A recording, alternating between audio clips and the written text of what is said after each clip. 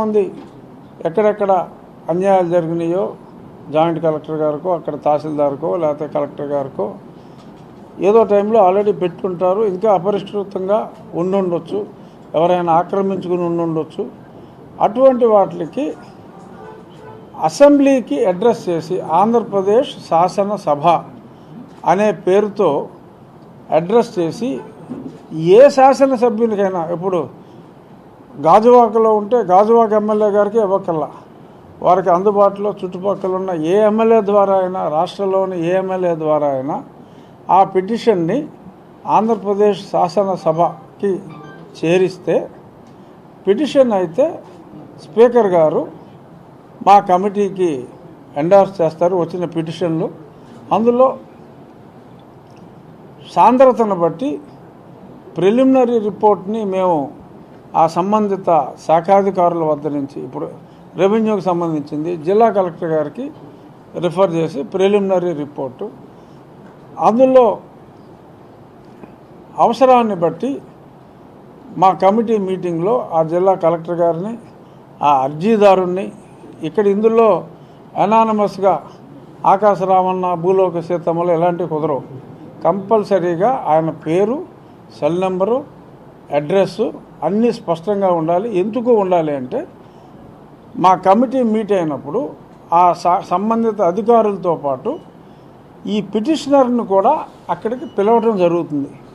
ఓపెన్గా అందరి సమక్షంలో ఆ కమిటీ విచారణ చేసి ఆ రిపోర్ట్ని అసెంబ్లీకి సబ్మిట్ చేయడం జరుగుతుంది. అసెంబ్లీకి ఒకసారి ఆ రిపోర్ట్ వెళ్ళిన తర్వాత శాసనసభ దాని మీద నిర్ణయం తీసుకుంటుంది. శాసనసభ అంటే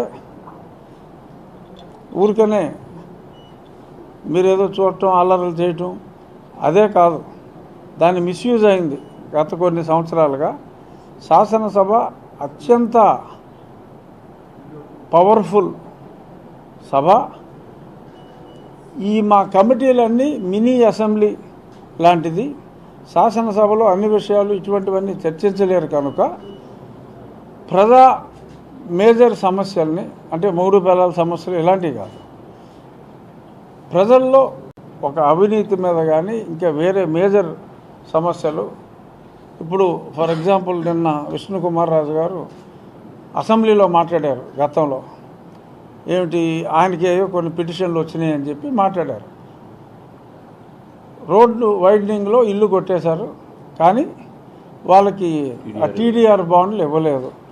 మేజర్ సమస్య అది. సో దాని అసెంబ్లీలో మాట్లాడారు. బట్ దానికి ఇదే ఎవరన్నా అదే సమస్య విష్ణుకుమార్ రాజు గారికి ఇచ్చింది.